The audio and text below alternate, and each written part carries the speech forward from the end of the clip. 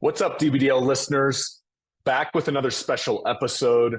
This one, we are going back through our catalog of every single episode that dropped in 2023 and taking some of the favorite stories, some of the favorite concepts, frameworks, ideas shared from all of our non-Triad member guests.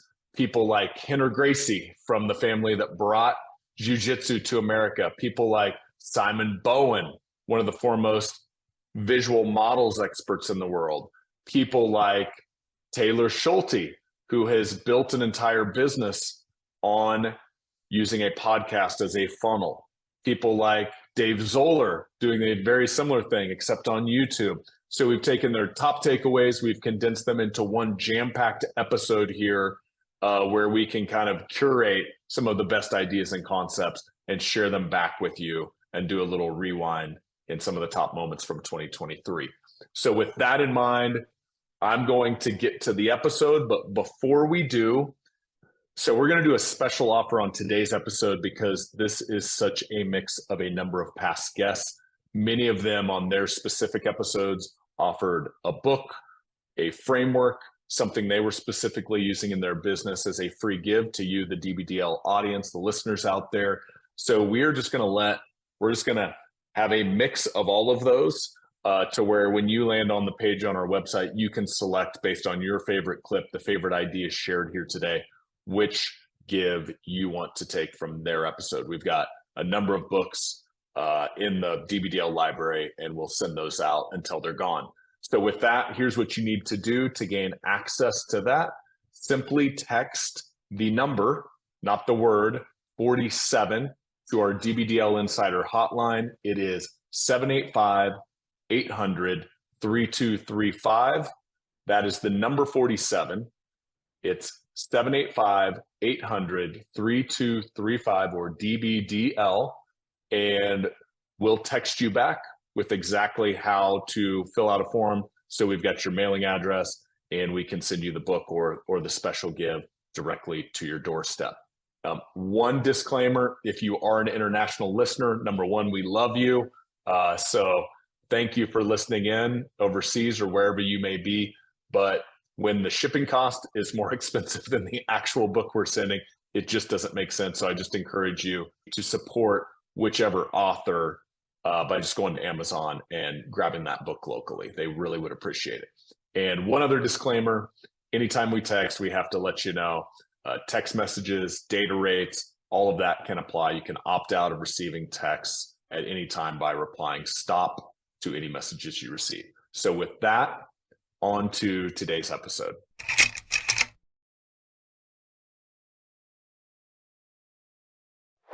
So this clip comes to us from Rener Gracie, author of the 32 Principles, also member of the family that brought Jiu-Jitsu to America. So his uncle Royce Gracie won some of the early UFCs. But what I love is he talks about in this clip, the clock principle. And there's a really cool story that he shares to go along with it. Check it out. Let's start with the clock principle because it's a crazy story, dude. So the clock principle teaches and identifies the significance of timing. The right move at the wrong time is the wrong move. This is as true in jiu-jitsu as it is in every aspect of life. So we had a situation where about 10 years ago, I'm teaching 5-10 hours a day. It's full time for me at that time. And I had a student who was a psychologist.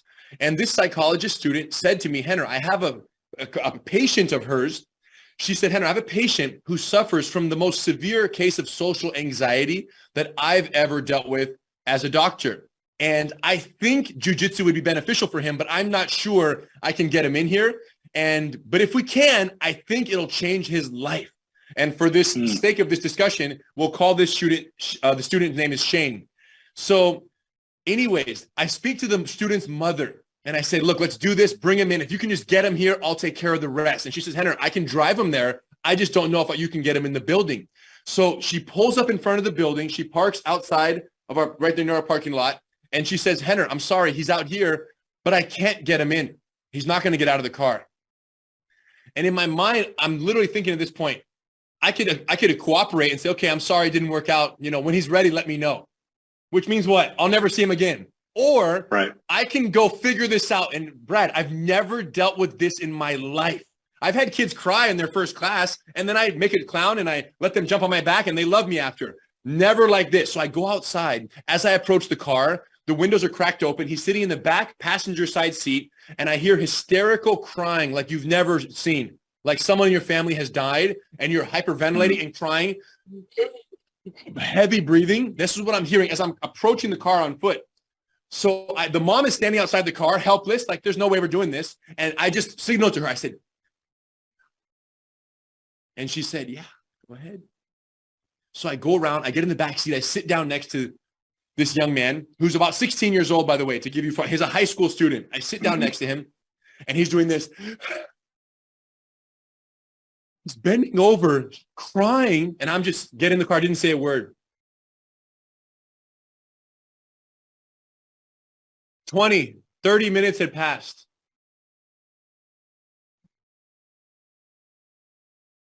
He finally slowed down. Starts sitting up quietly. He's just breathing now. He's not crying. I said, what's up, Shane? I'm Rener. What do you like to do for fun? Video games? I said, cool. Which one? Boom, boom, boom. Random conversation. Another 15, 20 minutes passes. And I said, Shane, here's the deal. I'm really happy to meet you. I'd like to take you inside, give you a tour of our facility. It's really beautiful. I think you'll love it. Just want to show you around. What do you think? Okay. We get out of the car. Mom is standing outside this whole time. We walk together. I'm in my jiu-jitsu gi. He's wearing regular clothes. We walk into the building. I'm walking him around. And Brad, all I'm saying to myself is, if I can get this guy to step on the mat, he's mine. Mm-hmm. We're walking around the building, locker room, museum, grandfather, legacy, beautiful facility, right? You guys all of you are invited. Torrance, California, Gracie University, just something, you wouldn't expect this to be a martial arts facility. It feels like a country club, you know, Ritz-Carlton type thing, spa. So we walk, we really try hard to make it a unique student experience. So I'm walking this guy around, and then I say, hey, and check this out. We have a private training room. We have 2 private rooms at this old school. I opened it. I pushed the door open. I said, Shawn, you really got to check this out. The mats in here are really soft. Come on in so you can feel. He had shoes on. I said, take your shoes off so you can feel how soft the mats are. He steps in. I say to his mom, come on in. I shut the door. They're on the mat with me. I say, have a seat right here, bud. We sit down together. His mom sits in the corner. And by this time, there's enough connection that we're doing okay. And I say, why don't you lay on your back right here, Shane? I get on top of him. He lets me. And then I say, how would you get out? Very conversational. Where there's a relationship now. There's trust. Mm-hmm. Boom, boom, boom, boom, boom, boom, boom. He tries to get out. He's like, oh, I'd push you off. I would do this. I would do that. I said, let me show you. I switch. I'd show him the move. Oh, that's cool. He does it. I do it. He does it. I do it. Another hour passes. We do a whole jiu-jitsu class in this room. Having the best time, laughing, learning submissions, learning escapes. His mom is in the corner weeping. Mm. I just peek over to see. She's over here. We become best friends in there, bro. We had the best time. I leave the class, send him out. Thanks for coming, you guys. Amazing. We'll see you next week. All good. The next time he came to class, it only took me 20 minutes to get him into the building. And then each time after that, less time and less time. Eventually, I handed him off to another instructor. He started doing group classes. He graduated high school, went to college on his own. Life went on for the kid. The right move at the wrong time is the wrong move. The patience to know that I needed to get him on the mat, but it wasn't going to happen on my clock, was the perfect application of the clock principle. Again, a scenario I'd never been faced with, and a solution that I had never crafted before. But what I knew is that if there was love leading the way, if I was leading with love, that I really wanted to help him. And I knew that I was the solution. Jiu-jitsu was the solution to his social anxiety. I knew it. There was no way I wasn't going to figure this out. And in that moment, jiu-jitsu principle that I had applied 1,000 times in a fight, which is wait for the right time. The technique will be there when you need it to be there.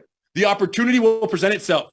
That's what that was. The highest level of patience, the highest level of consideration, and the highest level of trust that ultimately the truth would prevail. He needs jiu-jitsu, and I wouldn't stop at nothing to help him with jiu-jitsu. So those two, if given time, would be successful, and it was, bro. And today he's a different man because of it. And it all changed because I looked at, when she said, Rener, he's not coming in, I could have said, okay. Or I said, no.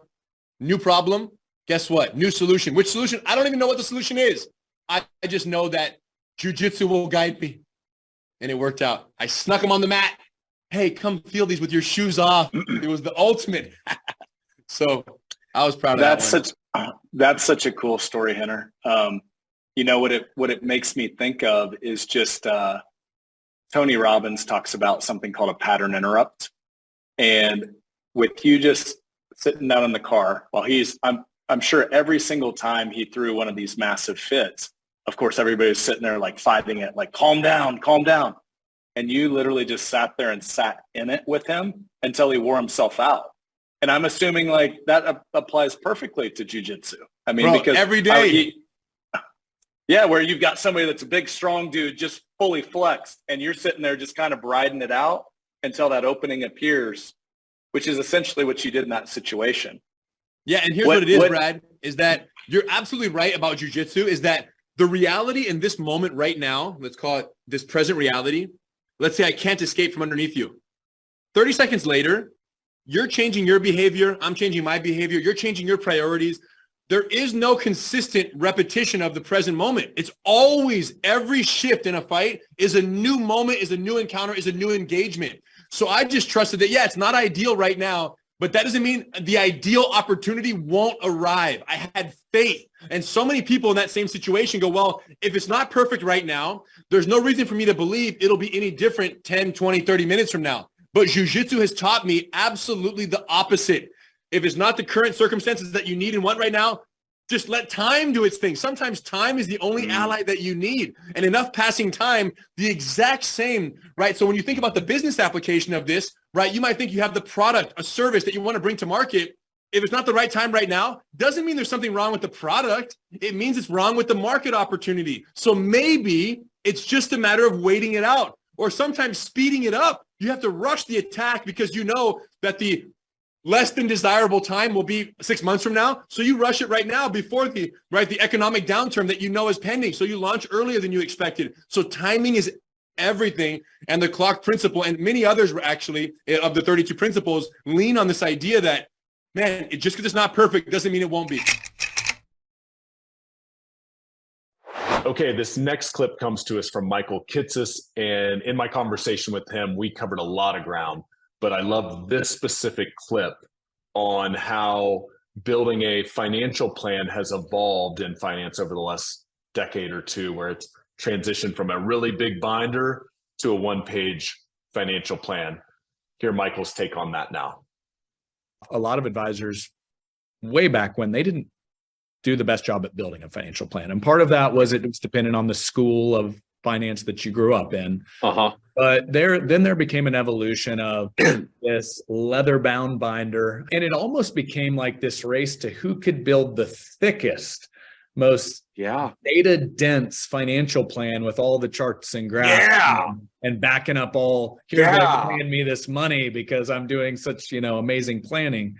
And now what I've started to see, and I know we have a mutual friend in Carl Richards who wrote a book called The One-Page Financial Plan. Now we're almost starting to see it revert back the other way. And it's how can we simplify the complexity? And, if you're building on a CFP standard, income, investments, taxes, healthcare, legacy estate, all the worlds that encompasses, that's a lot. But it's almost reverting back to, can I get this complexity onto one page where it's simple and it makes sense to somebody that's like a fifth grader? So that's a really big topic. Let's just riff on that. What are your thoughts? What trends do you see? There's a really cool Twitter thread out there on like the best one-page financial plans. Let's dive in on that topic. So here is how I would think about it from just sort of the advisor value proposition level. The big plan the big plan, right? The big, beautiful leather-bound plan. To me, what was fundamentally about selling this value proposition of, I'm smart, I've got expertise. Like, you don't know financial things, I know financial things. I'm the expert. You pay me money as the expert. I do the analysis you literally can't do by yourself. Mhm. And I will bring you the results of this analysis of your very complex situation and provide you a series of recommendations.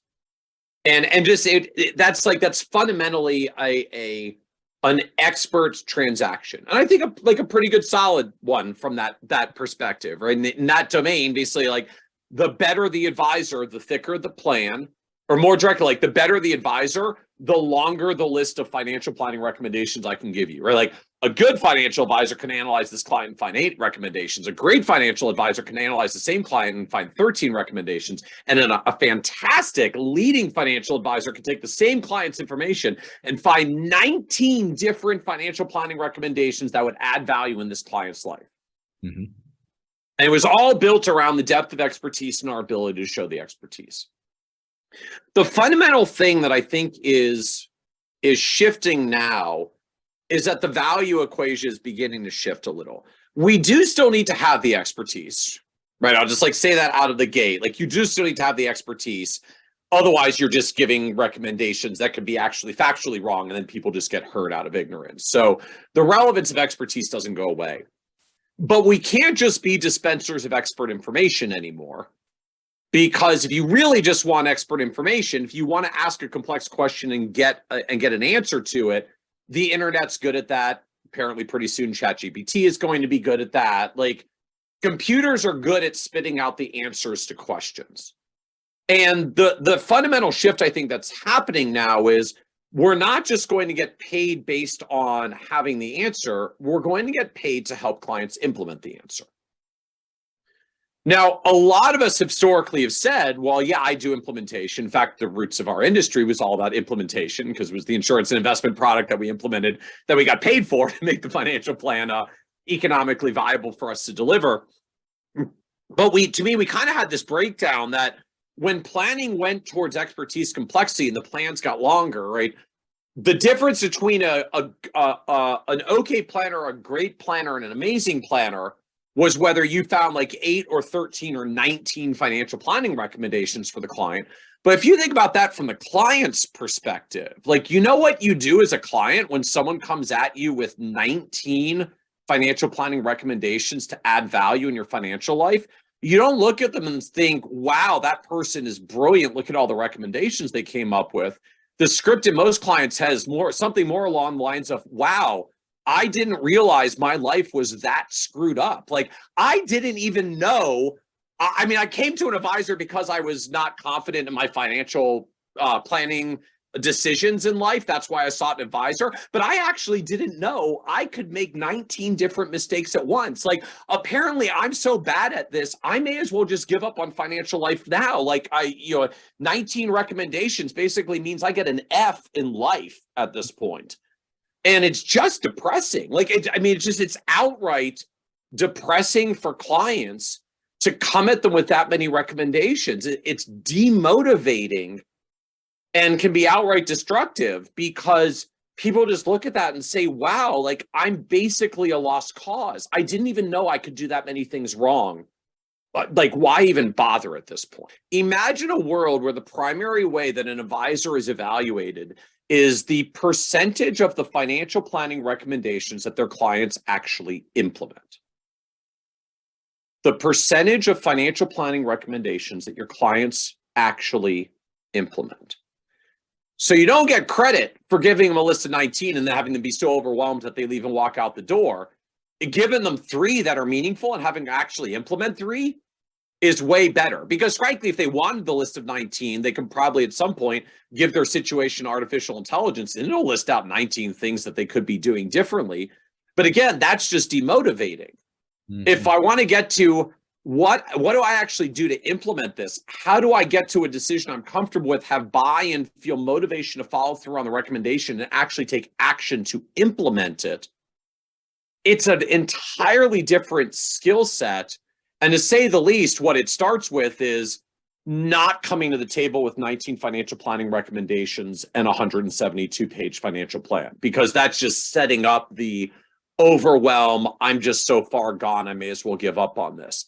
And that to me is really the essence of what's coming forth in these one-page financial plans. Like, it's not just about simplifying down and getting it all to one page. The common theme that I see on most of those one-page plans comes down to sort of three core elements.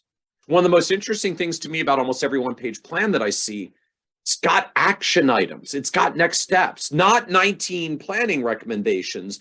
The 3 or fewer that we're working on right now, and then every time we update that one pager, they change as we check things off the list and bring new things into the picture. And so that combination of sense of purpose, sense of progress, and what are our next steps, like those are the elements that drive action, that drive behavior change. Like, you can do it. Here's why you're doing it. You are already succeeding and making progress. Here's the thing that we're going to tackle next. And as we check that off, it feels really good. And then we want to do more, and we continue the momentum. And so the essence to me of what you're seeing, like, yes, one-page plan is neat in and of itself. And I love some of the beautiful ones that people have put out there. But the real thing to me that's happening underneath is we're beginning this shift from my value is I give you this expertise, which I demonstrate through the length of the plan and the weight of the plan and the volume of financial planning recommendations. And we're moving into a realm where we're judged by action and implementation, and the tools to help people take action are not the same as the tools that are built just to show our expertise. And so the expertise still has to be there. Even most advisors that I know that are doing one-page financial plans, like, the rest of the financial plan is still there. Like, it's still in the software. They may still print it. It's like a one-page plan with a 50-page technical appendix behind it, because we do have to still, I think, just from the advisor end, we have to show our expertise at some point. Otherwise, like, I can write all of your financial planning recommendations on a 3x5 index card. But if I actually give it to you as a 3x5 index card, you're going to assume I didn't even do the work, and you're not going to take the recommendations because they're not credible, even though they actually really might be the right thing to do. So there is still a need that I think we have to demonstrate credibility and to demonstrate our expertise, and to show that when I give you this short list of things to do, it's because there's many, many, many pages of work and analysis that went into this. But the essence, I think, of the shift that you're seeing is when you start driving towards questions like, how do you maximize the number of recommendations that the client actually implements? You don't give them a list of 19 action items to implement. All right, this next clip comes to us from Chris Smith, who I've had a number of conversations with. He is a strategic partner here at Triad. And what I love about Chris, he knows financial services really in depth. He grew up in financial services, but he absolutely has a way with words. But in this clip, we talk about more of a mindset and what it means to be bold when it comes to leadership as a financial advisor. And I know a number of Triad members have utilized this specific concept to really revolutionize their appointment process. Check it out. You can get advice anywhere, but what's really rare, especially in the world we live in today, I think, is leadership. And people are desperately searching for leadership now more than ever.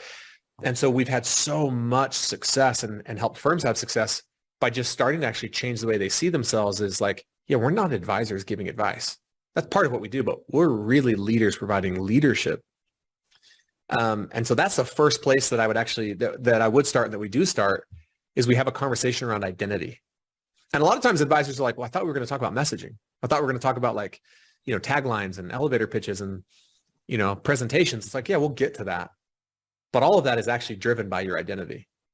If you want it to matter, if you want it to be sustainable, if you want it to stand out, if we can have this deeper conversation around identity, like, who are you? What do you want to be known for? What do you stand for?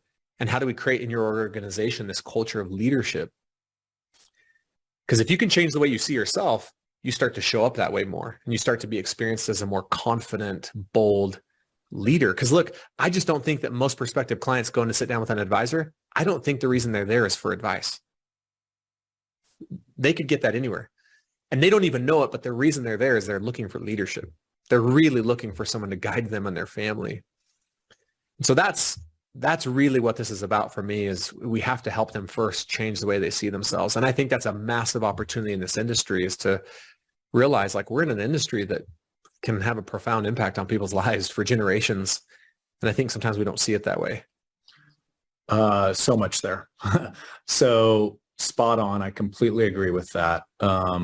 To me, the word that comes up is a belief. Like leadership takes a belief system that you then inspire other people to follow that. And you just brought one of my favorite people in the world, and a client that their firm will bring in north of 200 million this year. So, I mean, when you look at the numbers, incredibly successful.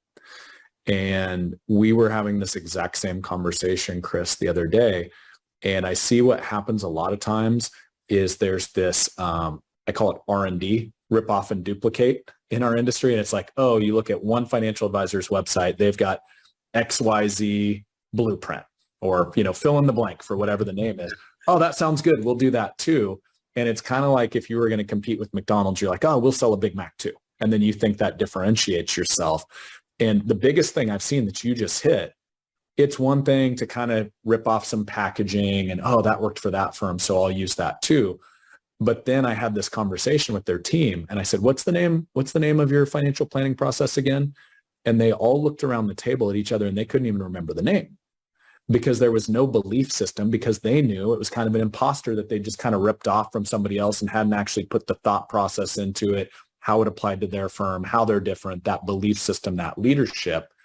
I'm curious, you do this work all the time. How frequently do you see that sort of thing play out when you do your work? Yeah, every time. I mean, I got off a call earlier today with an advisor who the name of their planning process is, ABC, XYZ, Lighthouse, Blueprint, Roadmap. It's just like, and again, there's nothing wrong with that. Like, it's better than not having a name, right? The problem though is that most advisors, when they're thinking about standing out and differentiating themselves, it's being driven from a place of, what do I think will work and what do I think will be successful? It's not driven by their identity. Mm. When you start creating identity-driven messaging, when you start creating identity-driven marketing, when you start creating identity-driven culture, when you start creating identity-driven leadership, now you're onto something, because no one can rip off your identity. There's only one of you. But most of us don't pause long enough to actually go deep enough.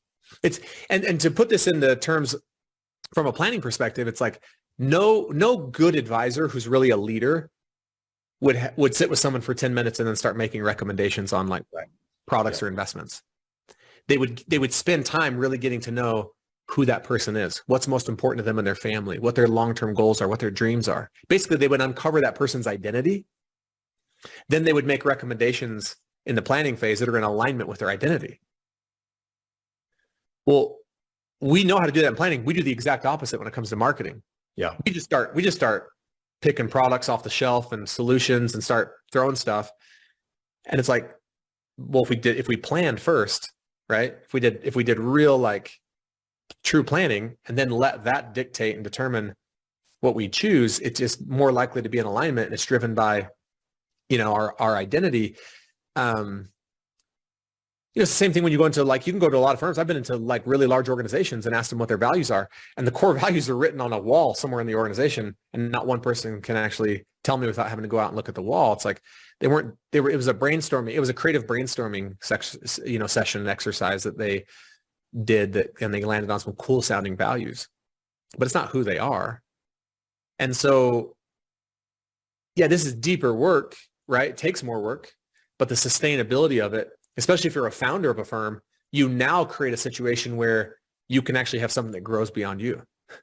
You can actually have something where it can grow while your personal freedom grows. Like, because most advisors or most founders are like, those are at odds with each other, right? Like, if my firm continues to grow, my personal freedom diminishes. But it's like, no, you can create something bigger than you. But I think that, and I think it would be interesting if you want to, Brad, I think it'd be interesting to like talk about, what does this idea of leadership actually mean? Like, when we say, like, not just being an advisor, but being a leader. But I think that's where it has to start. It's like, this has to be identity driven. Yeah. So let's hit one thought, and then I would love to get into some of the verbiage, because I know you've got some really cool verbiage in how you start to make that transition from advisor to leader, financial leader in their life. But you just spurred a thought. Michael Hyatt spoke at, he's a fellow strategic partner as well. And I love, by the way, surrounding myself with all-stars. It works on the football field. It also works in business. So I'm really thankful that you are aligned with kind of the vision and the journey here. And Michael Hyatt, I remember him saying, one of the biggest problems I see in finance that's kind of a widespread problem is most financial services firms are built on a personality. And just look at how most financial services firms are named. And this is nothing against any advisor out there. If it's, Joe Smith Financial, that's completely cool. But if the whole value proposition is built on Joe Smith does not scale. And this is the thing we've talked about, Chris, where it's this tug of war of, well, I want to grow my business, but now I feel like I'm losing my freedom as I grow my business. It's this trade-off. And a lot of what you coach on is once you take and unlock this identity, now it becomes a value proposition that's not dependent on just Joe Smith delivering it. That can be transferred to the team. And that is what really starts to unlock the scale. So maybe just freestyle on that thought and give me a download where that really hits home with your work. Yeah, like you will only be able to scale your firm to the size of the identity that surrounds it. So if the identity you've created is no bigger than you, then that's the ceiling at which you can scale to that capacity. So like your ability to scale a business has everything to do with like the identity that it's scaling to. So like you have to create an identity that's bigger than you. You have to create an identity that's bigger than any one person at the firm, right? Because if there's this identity that's created and it was co-created, right, by the team that's bigger than any one person, then it's like it can grow beyond any one person. But if the identity, is really tied mostly to you, you can have some growth and some scale and you can have some team members that support you, but the majority of the weight and the burden of growing it and like coming up with innovative ideas and like scaling it will largely rest on your shoulders. But it is possible to create success beyond yourself, but it has to be an identity that's bigger than you, that's bigger than your biggest producer. It has to be an identity that the entire team can see themselves like growing into and like really feeling aligned to like, wow, I'm part of this. And again, it's just not a conversation that's had a lot in this industry. It's like, hey, go be really successful as an advisor yourself. Start to build a small team of people who can support you. Grow that up. Maybe then if you're really lucky, you get one or two other advisors who can start to do some client servicing so you don't have to do as many reviews. And then if you get really, really lucky, one of them can even maybe step in and start taking some client discovery meetings once in a while. So you've scaled out of that. And then that's kind of the dream. Like you'll still do a lot of client discovery meetings. You'll still have a, handful of client reviews. But it's like, but what if more was possible? What if you could have a team of advisors who actually can do all of it? Okay, with this next clip, my business partner, Shawn Sparks here at Triad. It was one of I believe the second episode ever recorded on the DBDL podcast. And we talk about what it takes to build and scale a world-class business. And what I love about Shawn is he has a way of simplifying the complex. So if you're a financial advisor out there that wants to scale into a business owner, CEO, this is the clip for you. Check it out. The characteristics you need for an advisor, everybody thinks they're all the same in an advisor. But some advisors are gifted with different things. So I'll tell you a good example is we've got an advisor, amazing person. She at one point was in charge of managing $1 billion by herself. She had incredible relationships with clients. She was a very high relationship. She was the person that at the end of a call with a client, she'd stop them and say, oh yeah, I was going to ask you, how are your kids doing? And like she just loved on them, built relationships. They never wanted to talk to anybody but her. She was so good. This was a service-based advisor. She loved routine conversations with clients, just loving on them, getting back to them quickly. You know what she didn't like? She said, I'll work here at this company she was going to work with. She was transitioning, and she said, but I don't want to be a part of the sales process. Just don't make me sell. Isn't that what she said? Don't make me sell. And they're like, wow, this advisor is knowledgeable. She loves clients, but she didn't like the sales process. Now we got another advisor. This advisor is a great salesperson. He is somebody who that immediately when you're sitting back, you'll sit up. He's got that thing where there's passion, or she's got that thing where there's passion, there's knowledge. Taking complex things, make them simple. People immediately trust them. And they're able to actually get people to take action and fix their problems. This advisor is gifted when they're in front of clients in helping them. Oftentimes this advisor, do you know what they don't like? All the routine service calls after the sale. Oh, hey, be sure to call Julie back. It's like they're so mission focused on just helping people and get that sales process down. They don't find joy. They don't, it's like a side of the desk job. Which one do you think will provide better service to your client? The first one. But they're both advisors. So this goes back to, you bring a service advisor and try to make them sell, you got to find the right characteristics you're looking for to solve the problem you're in. Those two advisors as a team, fully aligned, will crush it. Incredible service person, the clients don't even want to talk to the main person, guy, girl, whatever. And then here's the other thing. Some advisors are very analytical. They are the people that I would say is like they have the coffee mug. I love spreadsheets. And they will analyze every number, do all the research. You could put them in front of a computer all day long and that's their comfort. That's where they're at. That's where they find their fun. I had a friend that was a CPA. He was just really, really smart. He was a whiz, and he decided he wanted to be an advisor, and for some reason he couldn't close a deal. He got into the weeds. So he would be what I consider a very analytical and analyst type advisor. You put him in as your sales advisor, guess what happens? Why is he not bringing people on? He's so smart. You've got to understand that there's three types of advisors. There's those that are really great at service, those that are really good in front of people with like sales. Then there's the analytical side, and here's what's funny. We call it the Triad advisory model. Triad is when three parties work together. Imagine a team-based approach to where the service people are providing all the service, the salesperson is doing the sales appointments, and the pair planner is doing all the plans. As I think about me being a client for an advisor, who do I want to put together my plan? The planning advisor.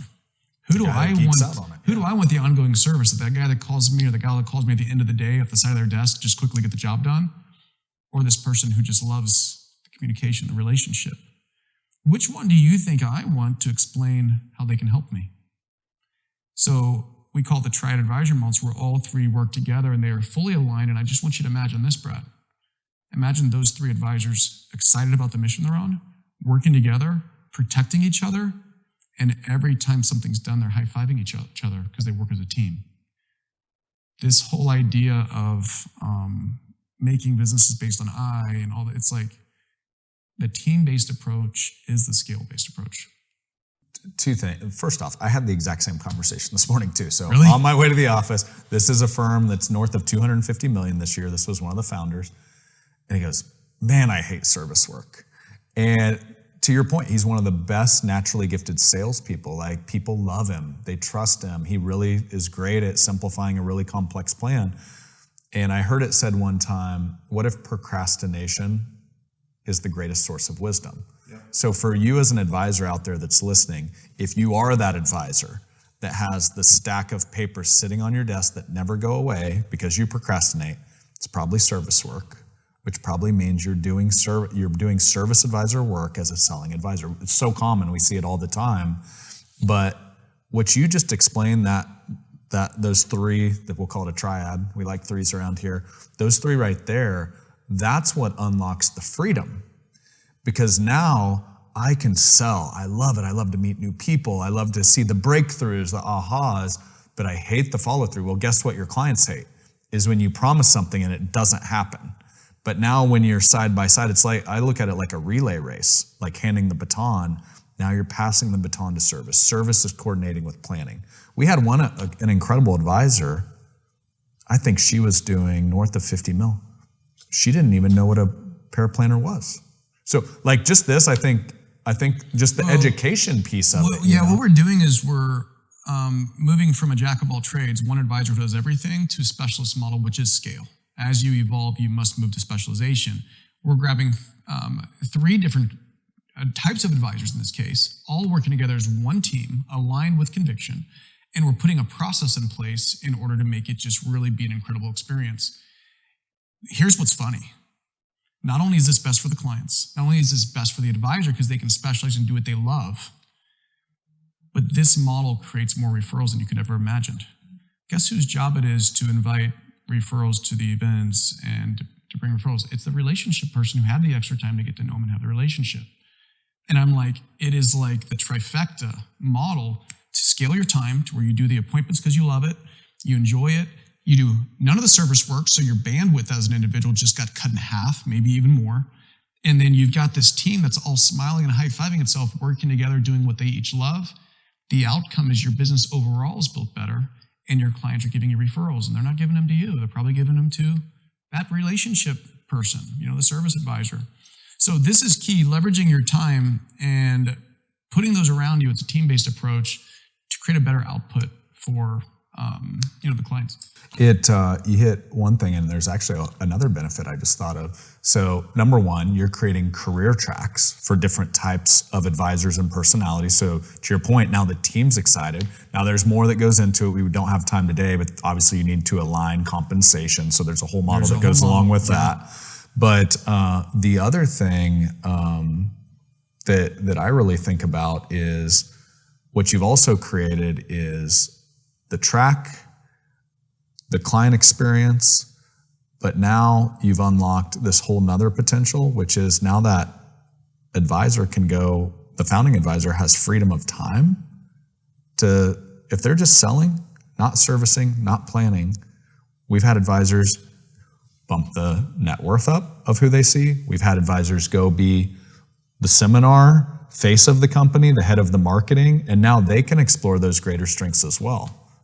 So there's a lot of different things that opens up that go along with it. Just for the sake of time, there are a lot of limiting beliefs that keep people from doing this. If I bring the client on, then I've got to do everything at the end. Your clients, this is a complete limiting belief. Your clients want the best possible experience. Most of them are business owners. Business owners understand how things work, but you've got to set the right expectation on the front end to where they say, heck yeah, I love this, versus you carrying the weight of the I. This goes back to the advisor in charge model. If you put I in the equation, you're hurting your growth pattern, you're hurting your potential. So put we, and then have all of it centered around what your clients want, deserve, and how to manufacture a better experience for them. That's how you have a business that's getting high value referrals, because it's a team-based approach. So this is what I would say is the scalable sales side. It's just some keys to it. There are a lot of processes built in and so on, but looking at your business, your sales side as this will increase the chances of success and scale. All right, my man, we've got 10 left here and we've got so much to cover. So we might have to, who knows, we've got plenty of time to do a part two. So, all right. So we've got vision, marketing, sales. Let's hit the two real quick. And then let's give let's make sure we give them a little bridge into phase two of the phases of scale. Yep, it'll wrap up. So the fourth of the 5 pillars is operations. Now, advisors, just the nature of who they are, they like the marketing side usually, and they love the sales side. And sometimes they love marketing and vice versa, but just the way that we are, I think a lot of us don't enjoy the operations piece, which is represented by about everything else. It's the processes in the business. It's the, to scale, there's probably 10,000 different processes. All these little things that happen to where it's like clockwork. This is what the roadmap is about. It's like having these processes handed to you where your team can adopt, what's happening before appointments, after appointments, what's the whole process, working together as a team. But I would say the operations piece is one of the biggest missing ingredients. Having somebody who can execute as opposed to just big ideas. Having somebody follow through and make sure things get done, which increases the chance of us progressing towards the right path. So most advisors are really good at marketing and sales. They miss the operations piece. And then the bigger they get, the more toxic the business gets, the more opportunities they're missing right in front of them because they don't have the time. So that operations side, it's understanding the chokehold spots in your business and fixing them in an operational view and way. But operations is critically important. It's what I would say is kind of the launch pad that allow you to keep progressing. And most advisors tend to not like it, enjoy it, know how to do it. If I were to tell you like, hey, put together an operations manual of sort, most advisors, they'll go right down on one page and say, what do I do next? It's just not the same type of person. So operations is critically important. Having that's the fourth pillar.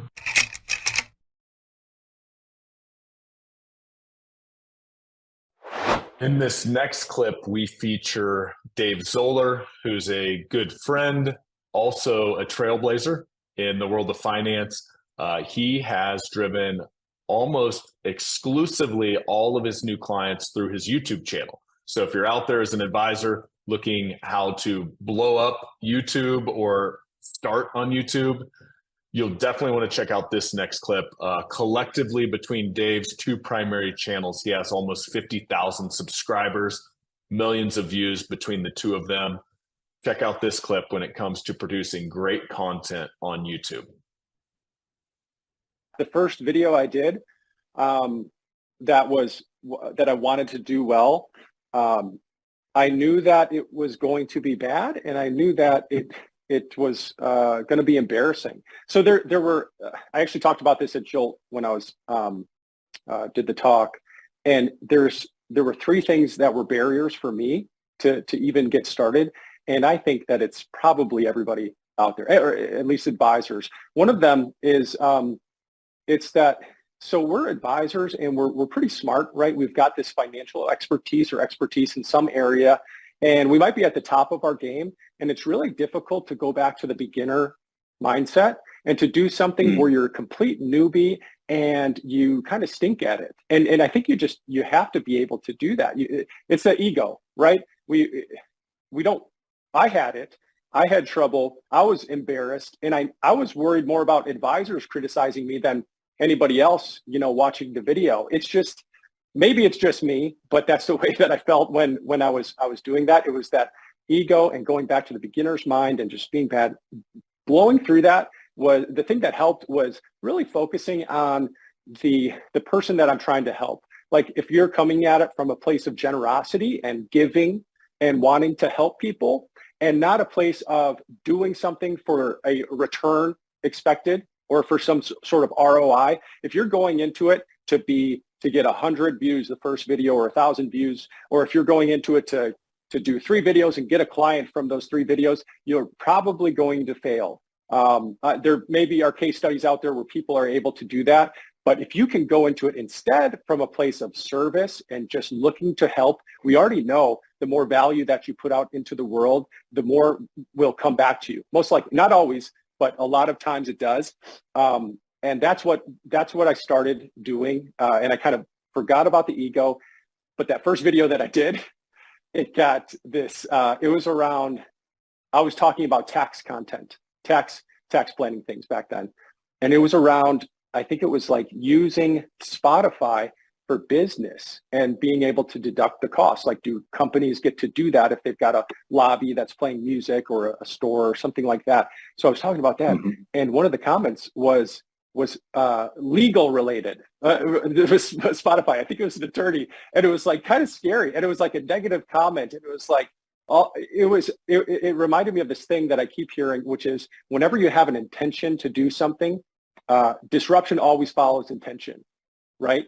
Whenever you're trying to, if you set your mind on something and you start moving forward, a lot of times there's going to be something that blocks you from doing it. So as long as we have that in our mind and remember that, and just know that disruptions are going to come, or things are going to block us, it's easier to keep moving forward and iterating and trying again. So that was the first video. And it was like this, to me, it's not a big deal at all, but to me, it was like, oh my goodness, I'm not doing this anymore. I'm not putting any more videos out there like this. But I was able to get past that and then keep going, and then it's paid off since then. There's so much good advice right there. And so much of that advice is very similar to my own journey podcasting. I want to just pull a couple things out of that. The first one, the thing about doing it for others and not yourself. I did I did an episode with a guy named John Israel on my prior show. He wrote a book called Mr. Thank You, and you reminded me of something he shared with me. So he wrote 5 handwritten thank yous a day for an entire year. Wow. And mailed these out. And that book's incredible. And his episode was incredible. It was one of my top downloaded ever. And he shared exactly what you just shared. He said originally, like the first month or two of that journey, he started getting disappointed because he's dropping 5 handwritten thank you notes in the mail every day. And he might get like a little text or, a note back, every other week. And he's like, man, am I not writing these right? Are these people not getting my thank yous? Are they getting lost in the mail? And he goes, I realized I had focused on the wrong intention in these thank yous. I was making it about me as opposed to about them. And he's like, I realized I can just send gratitude out. And if I expect nothing in return, it's like a freeing feeling. And what you just said you shared this when we were kind of prepping for this conversation. You said, hey, I might have had like 5, 10, 15 views on those first videos. And the mindset you went into is, if just one of those viewers, I helped them on their retirement journey, I'm going to consider that a win. And I'm going to consider that video was worth doing and putting on the internet. And I love that. Yes. Because the truth is, when you start a podcast, when you start a YouTube channel, basically you don't have any viewers except maybe your mom, if you're lucky. Yep. Right? Yeah. And one piece of advice that was given me on the podcast is, don't do your first episode if you don't plan on doing your 100th. Yes. Because it's the long game. It's the consistency. It's continuing to show up. And by the way, I remember when I listened to my first podcast episode, I'm like, is it possible for a human to say the word so that many times in a 5-minute span? All your little verbal tics, it's scary to listen to yourself and realize, wow, like I've got these little mannerisms I didn't even realize I have. But because of that, you get better and you put in the reps, just like anything in life, and you evolve and you level up and you go from beginner to actually, hey, these videos are starting to get pretty polished.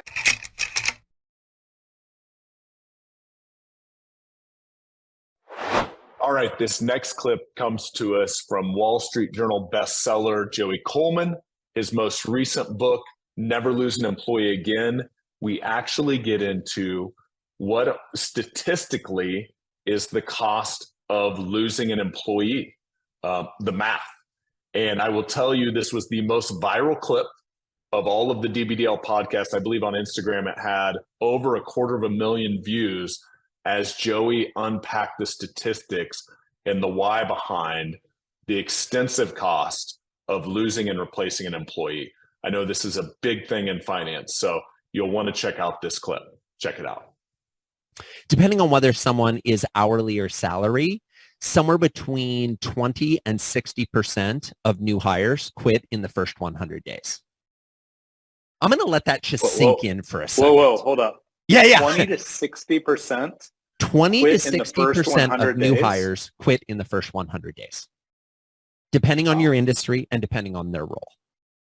So we already can see the size of the problem is enormous. You have huge numbers of people running out the back door before you've even fully completed bringing them in the front door. In fact, one of the most staggering stats I came across is 4%. 4% of employees show up for the first day on the work. They do the first day at the work or, at the job.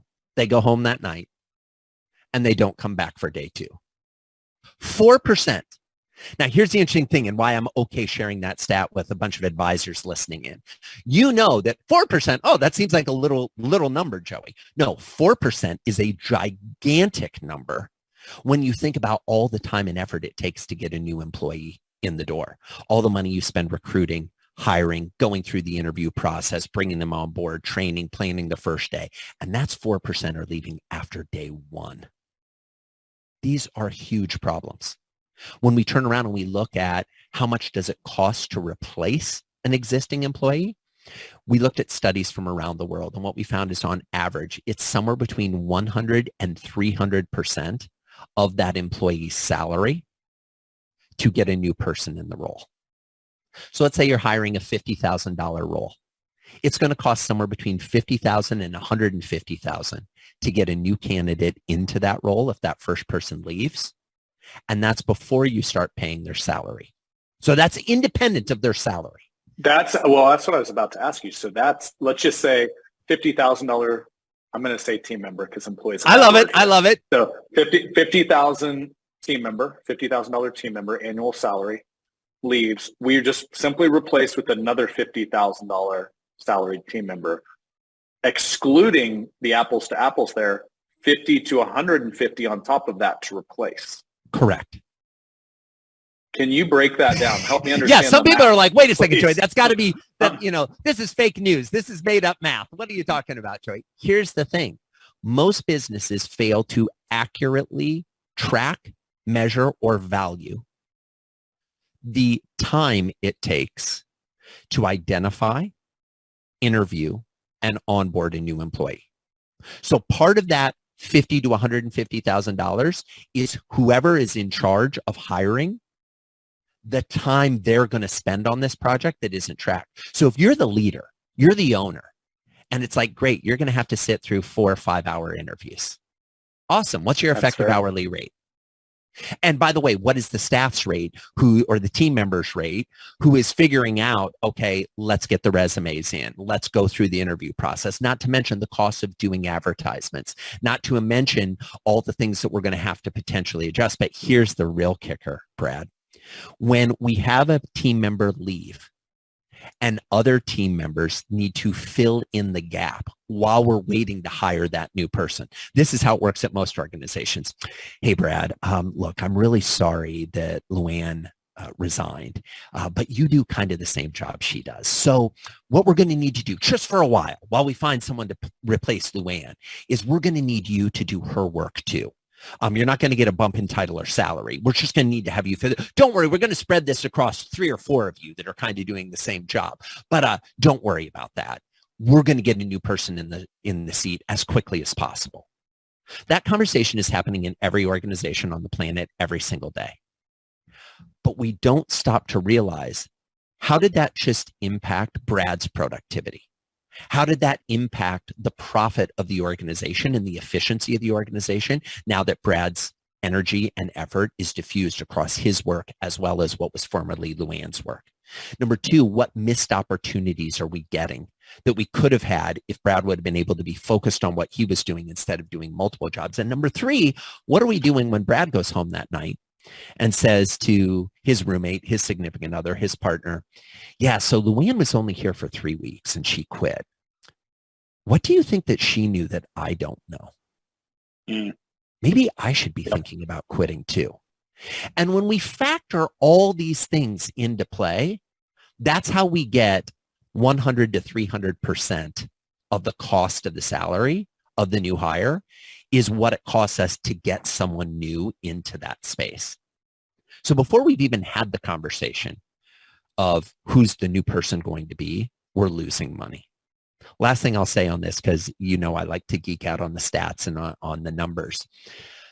The Department of Labor here in the United States, and we've seen this data matched globally, just in case anybody's outside the U.S. listening to this.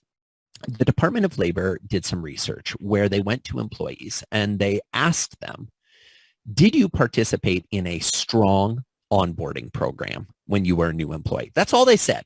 Self-define the word strong, self-define the word onboarding. But do you feel you participated in a strong onboarding program? Yes or no? Of the people that said yes, 69% had been with that organization for more than 3 years. So this goes directly to the question you were asking. If we focus on that first 100 days, we are extending the total time that an employee will stay as well as their productivity. They also found some research that was commissioned by Glassdoor that it's an 82% increase in productivity and a 70% increase in retention if an employee feels that it was a strong onboarding program. So it's really about focusing on those first 100 days. You get increased productivity, increased engagement, increased retention, which is we've seen from that 100 to 300% cost metric. That allows you to weather that storm financially while also extending the relationship with that new hire. Do you happen to remember the stat? So you said, if they said yes, it was a strong onboarding experience. They were there on average 3 years. If they said no, do you have that statistic, or did it just? So regrettably, the study didn't share that, right? It didn't share what that number is. But what we do know is that somewhere between 20 and 60% are leaving in the first 100 days. Those are folks who don't have a strong onboarding program, right? So we know that people churn quickly. Only about 50% of new hires will make the 1-year anniversary. Only about 50%. And if you are facing that kind of regular churn, the impact that is having on your productivity, the impact is having on your profitability, the impact that is having on your morale is absolutely devastating to an organization.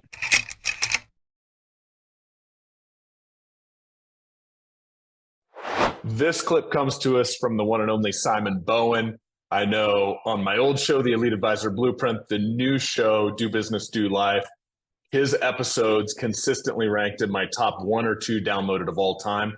It's because he gets into whiteboarding, AKA visual models, and how that works in explaining concepts and simplifying them, which is obviously a lot of what we do in finance. But this specific clip talks about when you face objections in a meeting, what to do instead when it comes to visual models to co-create something together. So stick around for the next couple minutes to learn what to do. When you have two people in a complex conversation, and let's say we've got you, the advisor, on one side, you have your truth. Your truth is we need to manage these 5 worlds, and we've got to do things in these 5 worlds to make sure they're squared away. And the customer on the other side over here, who isn't in an ideal spot right now, and if they were, they wouldn't be talking to you. So there's something going on for them, right? And they have their truth. And their truth, they don't care about the 5 worlds. They're interested in their one world, which is actually all about them and the future, their future world. Because what people, the only reason someone would be speaking to an advisor was because they're worried about their future world. There might be 5 dimensions or 5 storylines in that future world, but they're worried about their future world. So they have their truth. And what we tend to do in verbal only kind of communication is we push our story towards the other person. Here's what you got to do. You got to do this. You got to do that. We've got these 5 worlds, but if 5 worlds is really, just an advisor's way of trying to frame this thing so that people can understand it. I've never heard any client of financial planning talk about 5 worlds until an advisor gives them that language, right? They're just interested in what's my future look like? That's the only world. Will I have enough money in retirement, right? Is my family going to be protected? What if I get sick or infirm? Like it's just like, it's all one thing, which is the future. But when we push something towards somebody, we are all hardwired to push back. It's how the human being survives the world. And so there's this kind of almost conflict. I call it a compete and retreat conversation. We're competing for perspective, and we're pushing and retreating from that conversation. That's the typical sales dialogue that's going on. But what we do in order to manage conflict or difference in perspective and things like that is we put an umpire between the two. So every couple with children understands this to be true, because they're usually the umpire when two of their kids are in this compete and retreat tussle, right? But when there's conflict, we usually put a mediator in play. And so the mediator goes to, in every conversation, there's a weaker party. And the weaker party is the one that has less information and has a higher emotional investment.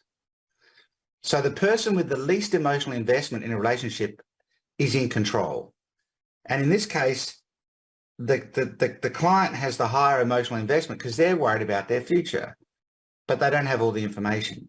So a good mediator will go to the weaker party and ask them what's going on for them. And then the weaker party might share some of the things they're concerned about. And then a good mediator will go to the party with the information and in the stronger position, and they'll inform them or give them some intel on what the other person's concerned about and thinking about. And then the stronger party can share some insights and go, well, how about this?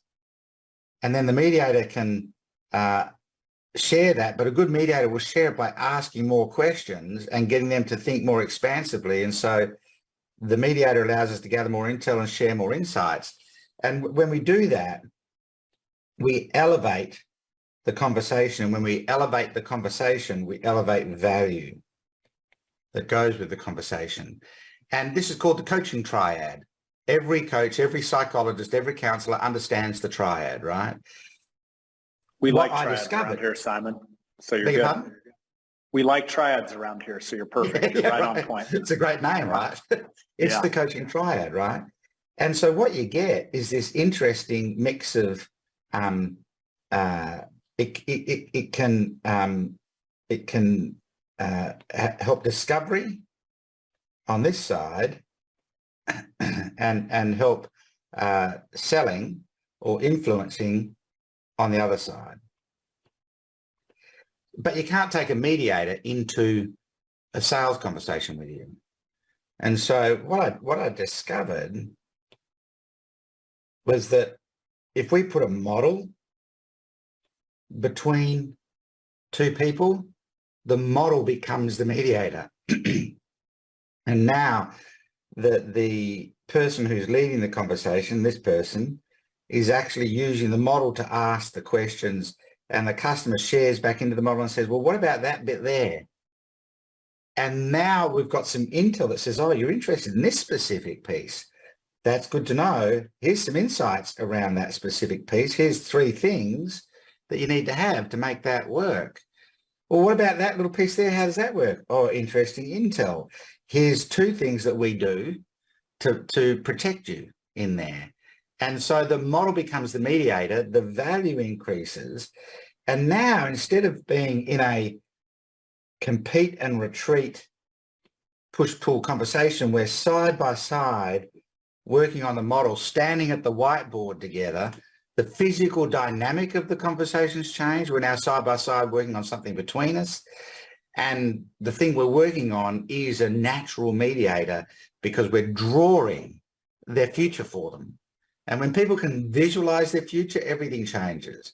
If we're just speaking their future for them, that's our story of the 5 worlds that we're sharing with them, as opposed to drawing their future for them. And I know that financial planners talk about the 5 worlds, Brad, but there's only one world, and that's their future world. And we talked about this in a previous podcast. You know, the futures model is everybody wants the genius model that we help them build, but actually my favorite model is the futures model. It's just a ridiculously powerful conversation to be having with people because you're talking about their future, their world, and you can talk about 5 different storylines into the future and things like that.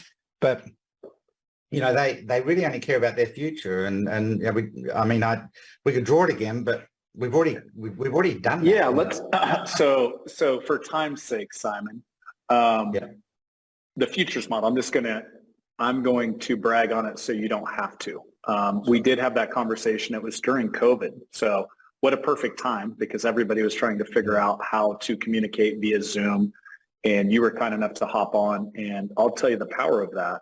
I had an advisor in Sweden, of all places, reach out to me on Facebook And he's like, that model, that one model, that futures model Simon shared, and all he was doing was kind of trying to recreate it off of the video that the 10-minute conversation where we covered it.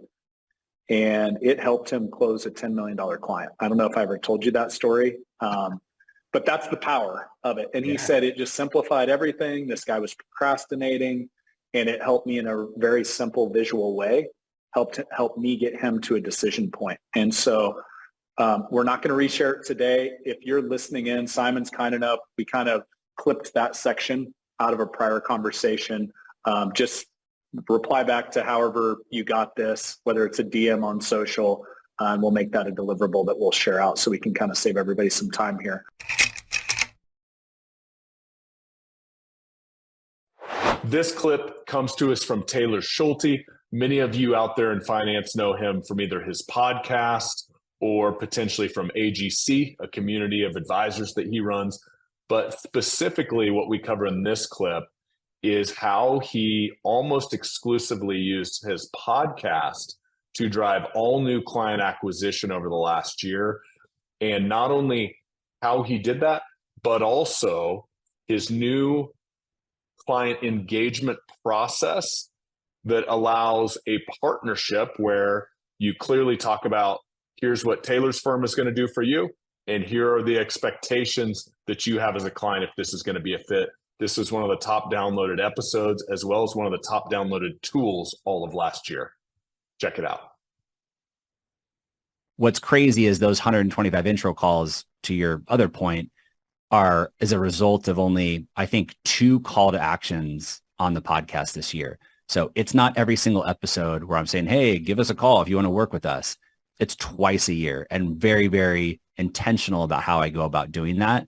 But I think the call to action I did in January of this year, I think resulted in 70-ish introductory phone calls getting scheduled for the first half of the year. So, I mean, it almost filled up our entire pipeline, just one single call to action. Now, I'm going out on a limb here. Are you open to freestyle sharing it? This is almost like a freestyle rap, except it's a freestyle call to action. Are you good with that? Yeah, let's do it. So what's it sound like? So the way I like to approach this is, because I don't do this in every show, I like to catch, I don't like, but it's intentional that I catch listeners off guard a little bit. So typically the show will begin with a monologue from me or kind of the intro music that leads to the introduction to the show. So they're kind of used to that cadence of like they hit play and you know what happens. When I do a call to action, it's at the very top of the show before any of that begins. So I'll kick off the show and I'll say something like, hey, everyone, really quick before we start today's show, I wanted to let you know that my firm and I are taking on new clients this year. As you might know, we specialize in working with people that are in retirement or close to it, that are diligent savers and have amassed $1 million or more and have tax problems in retirement. Right now, we're offering a free retirement assessment. So if you're on the hunt for a financial planner, you think we have the right expertise to help, just go to freeretirementassessment.com to learn more. On that page, you can schedule a call directly with our firm. So something along those lines. It's probably much tighter than that when I actually deliver it. But in short, it's you know, what do we do? Who do we do it for?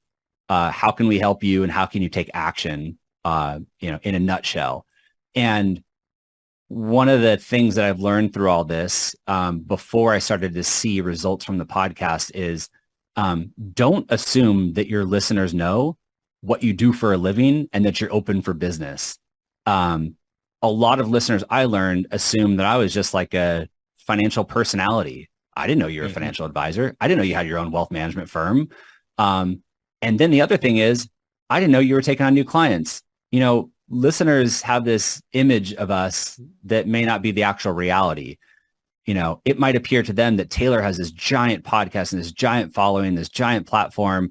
There's no way he's taking on new clients right now. Just the other day, this week, prospect said, I'm shocked. I can't believe you guys only have, you know, just over 100 clients, 100 households.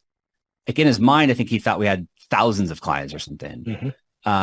So don't assume that listeners or potential clients, or I'll say listeners, know that what you do and that you're open for business. So I always lead it off with like, we have the capacity to take on about 12 new clients this year. And that's intentional as well. There's a little scarcity there. Like we're not a high volume firm. And then again, what do I do? How can I help? How can you take action? I've made it very easy. freeretirementAssessment.com. It's just a redirect to our landing page. So dissecting that quickly. So what we do, who we do it for, how to take action, or was there one more step in there? I added just how we can help, like our value proposition. And I always hit on taxes. You know, we specialize in helping people reduce taxes in retirement, or we specialize in tax planning, is typically the value prop that I lead with when I have limited time. That's awesome. That's a very simple framework too. I mean, any advisor listening in could craft their version of that pretty quickly. I'll tell you the other thing that you're doing there that I love. Like if you go to any podcast you listen to a lot, you kind of just get used to like Tim Ferriss. There's like the kind of upbeat club music at the beginning of his. Even Rogan, there's like the chimp voice or whatever, right? And so you kind of get this pattern, and what you're using is a pattern interrupt a couple of times a year where it's like, wait, this doesn't sound like normal. So it's, of course people are going to listen. That's just natural human curiosity. And obviously putting that on the front end, they're all going to hear it. So I love how you do it, where you do it, as far as the call to action. That makes a lot of sense. Yeah. And you don't have to do it at the top of the show. I will experiment with different places where I'll inject it into the middle of the episode. Like, hey, sorry to interrupt you guys, but really quick, and I'll go into a call to action. I've tried that before. I'll weave it into a story that's part of the script for that episode. But, you know, whether you're trying to convert listeners or not, I still think, to me, it's fun as a content creator to shake things up and change things. So I'm constantly trying to inject little things to kind of surprise listeners and do something a little bit different. I think it just keeps it fun. Like you mentioned, a lot of podcasts I listen to, I fast forward through the first 3 minutes. My listeners know not to do that, because sometimes I'll be giving away a book. One year, about $5,000 worth of sweatshirts and gave those away. So listeners have to remember these things. Like, I better pay attention because there's some cool things that happen sometimes.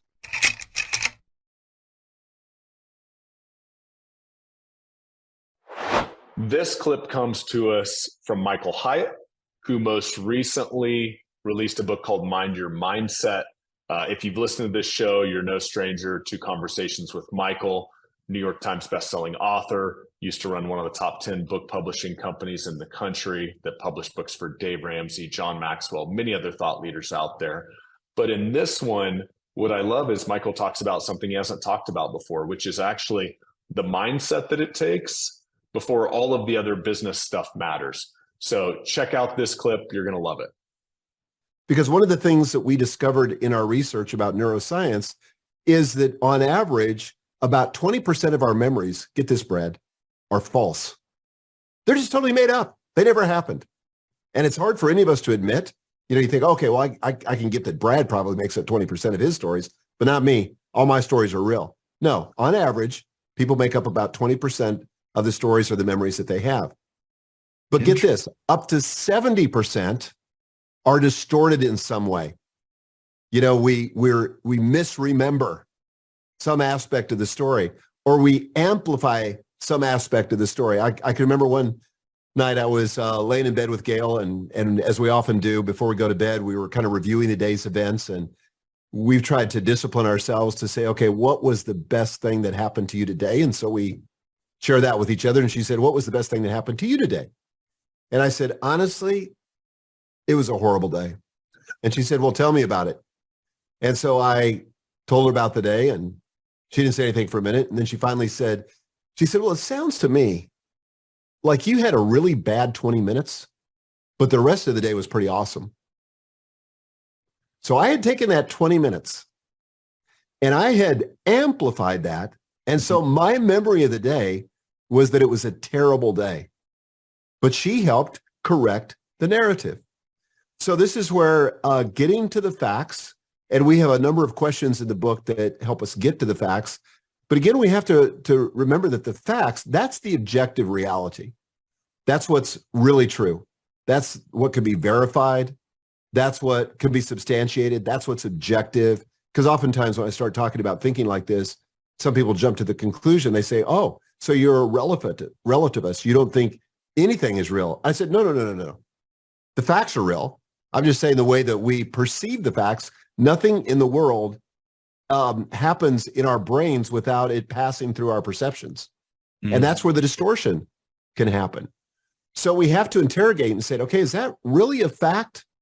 Or is this a story I've created based on that fact?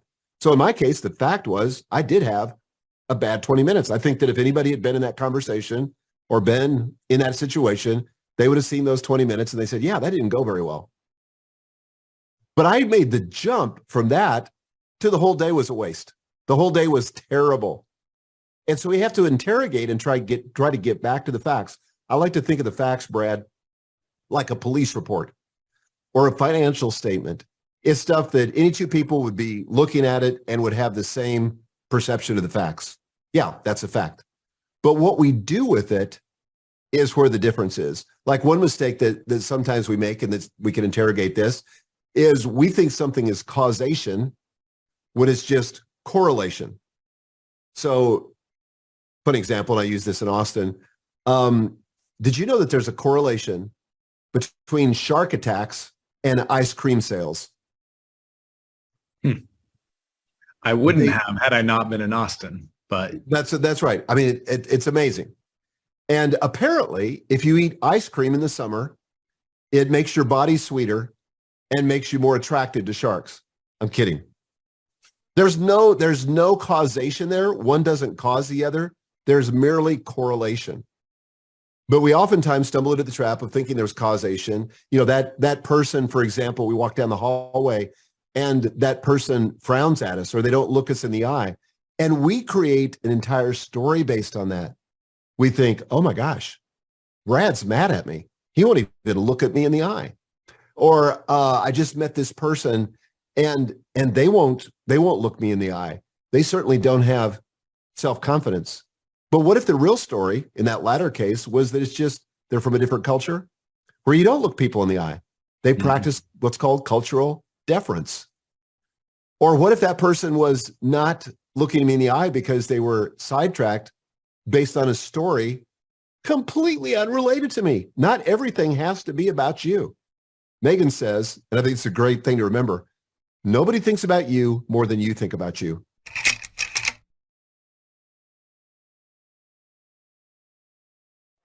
All right, for this clip, it comes to us from Amy Porterfield, who is one of the most prolific digital course creators on the planet.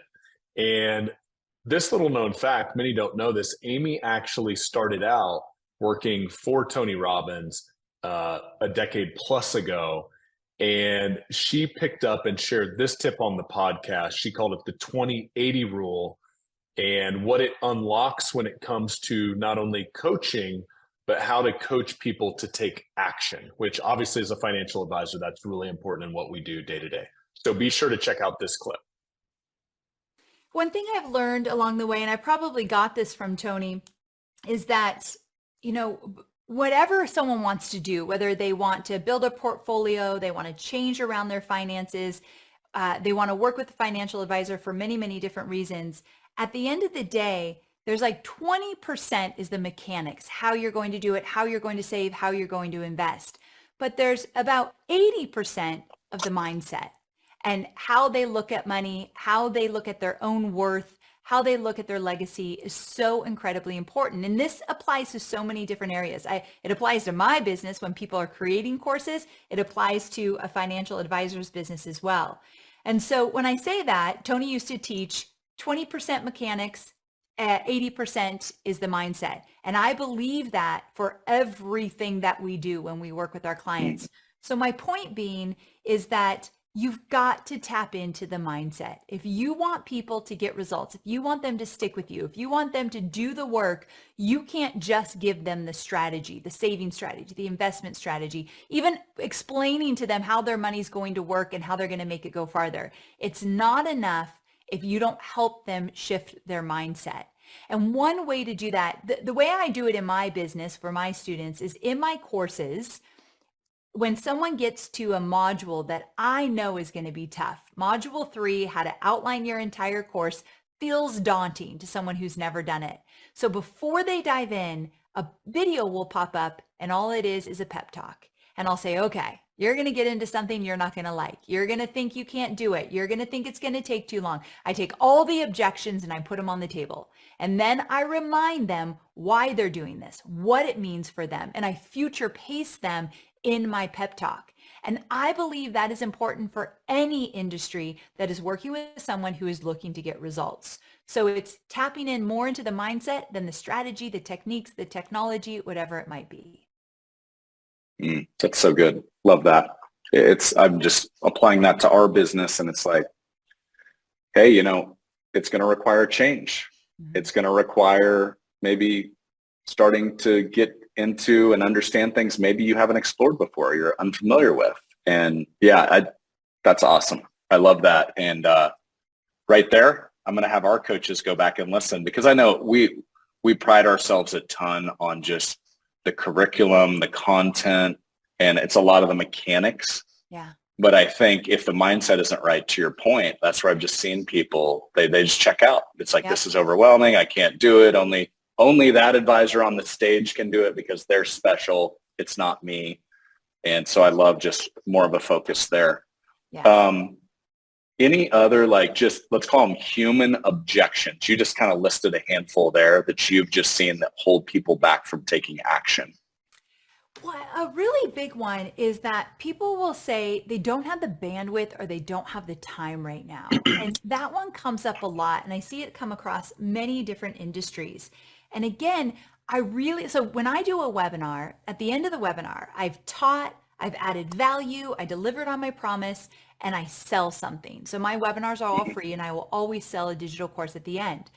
And after I sell it and tell them where to go to buy it, people are still on. They want to ask me questions. They're kind of on the fence. And that's when I literally rattle off every objection that I see come up. Much like what I said in the pep talk, you're putting it all on the table. But the reason I do that is because I want them to know, I know exactly what you're thinking right now. And so one of the ones that comes up a lot is I don't have the time, I don't have the bandwidth. So what I do is exactly what I mentioned. I future pace.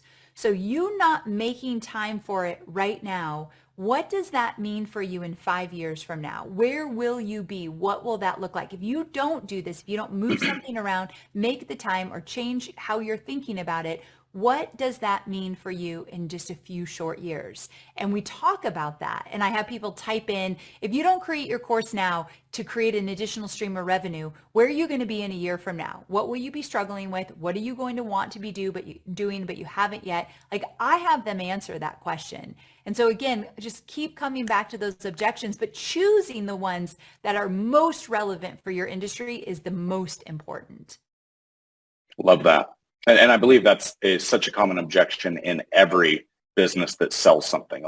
Yes. I feel like the invention of the iPhone has created so much distraction that nobody has time for anything anymore. They don't even have time for an hour-long course anymore, right? You had to scrunch it down. Have you connected with a guy named Simon Bowen before? No. Out of Australia? So he has something called a futures model, and he's a whiteboarding expert, and he's brilliant. So if you want an intro, happy to make it. But what you just reminded me of is one of his models, and he calls it the red line and the green line. And the green line is up and to the right where they want to go in life. And the red line is, I believe, what's he say? Over time, what happens is drift. If you're not intentional, the red line drifts down. And what I love around procrastination is he says, today is the closest you will ever be to the green line, because the further you go out, the further away you get. And so he uses that same psychology. Yes. And that's what you just remind me of. And what's funny is that simple visual model works for our advisors when they're dealing with clients that have procrastination.